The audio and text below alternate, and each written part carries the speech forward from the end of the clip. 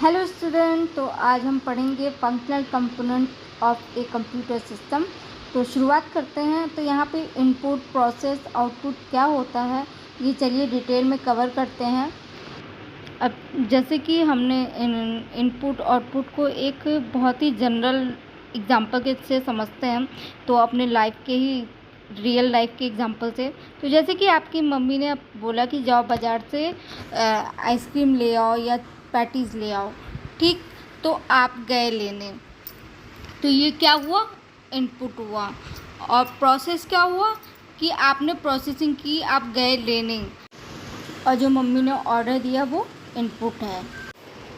तो अब आउटपुट क्या होगा, आपने पैटीज़ लाई, आपने खाई या फिर आपने अपने मम्मी को दे दिया, तो वो क्या हुआ, वो आउटपुट हुआ। आपने पैटीज़ खा ली तो वो क्या हुआ, output. All the example undergo these three stages. The first stage, things to work upon, is called input stage.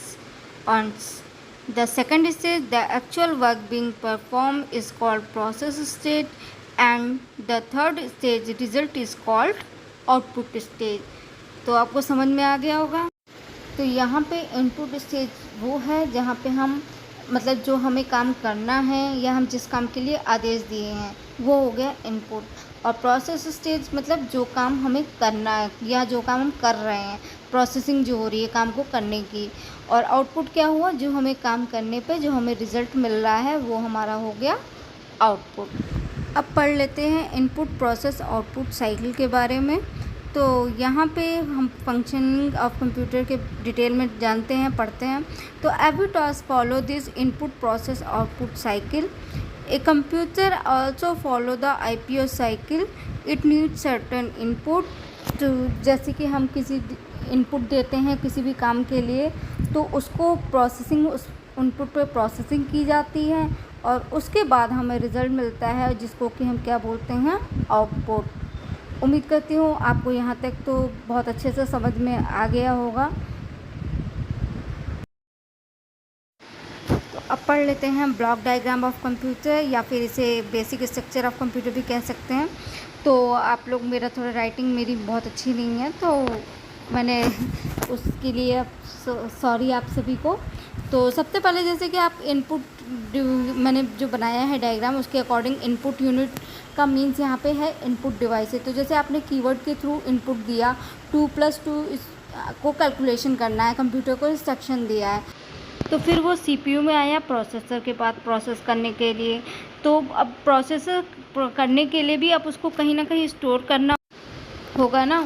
तो उसके लिए सबसे पहले मेन मेमोरी में इंस्ट्रक्शन को स्टोर किया गया, फिर उसके बाद प्रोसेसिंग होगी CPU में। तो CPU ने जब प्रोसेसिंग करके रिज़ल्ट जो डायल की अपना मतलब रिज़ल्ट जो आया 2+2=4, वो फिर से मेन मेमोरी में स्टोर होगा। अब मेन मेमोरी में स्टोर हो गया, फिर उसके बाद आपने जैसे कि जो फाइल थी वो 2+2 वाली, आपने उसे कंप्यूटर सिस्टम में सेव कर दिया। तो तब जब आपने अपना परमानेंटली सेव कर दिया आपने, तो वो कहाँ गया, सेकेंडरी मेमोरी में।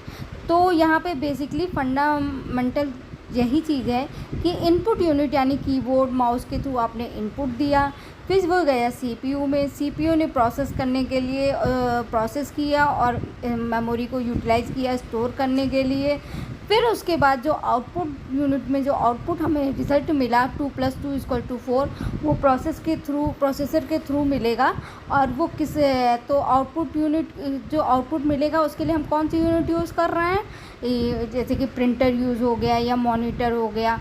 तो बेसिकली मॉनिटर में हम सॉफ्ट कॉपी रिज़ल्ट देख पाते हैं, आउटपुट जनरेट होता है, और प्रिंटर के थ्रू हम हार्ड कॉपी आउटपुट जनरेट कर पाते हैं। तो अब मेन मेमोरी क्या होता है, सेकेंडरी मेमोरी क्या होता है, ये सारी चीज़ें हम लोग डिटेल में पढ़ने वाले हैं। और CPU को ब्रेन ऑफ कंप्यूटर क्यों कहते हैं, ये सारी चीज़ें हम लोग नेक्स्ट चैप्टर फंडामेंटल हार्डवेयर वाला जो चैप्टर है उसमें कवर करेंगे। तो बने रहिएगा मेरे चैनल पे, ताकि मैं आगे आने वाली हर वीडियो को आप लोग नोटिफिकेशन मिल सके, और सब्सक्राइब कर लीजिएगा। तो अब नेक्स्ट जो चैप्टर है वो हम अगले वीडियो में कवर करेंगे। तब तक के लिए बाय बाय।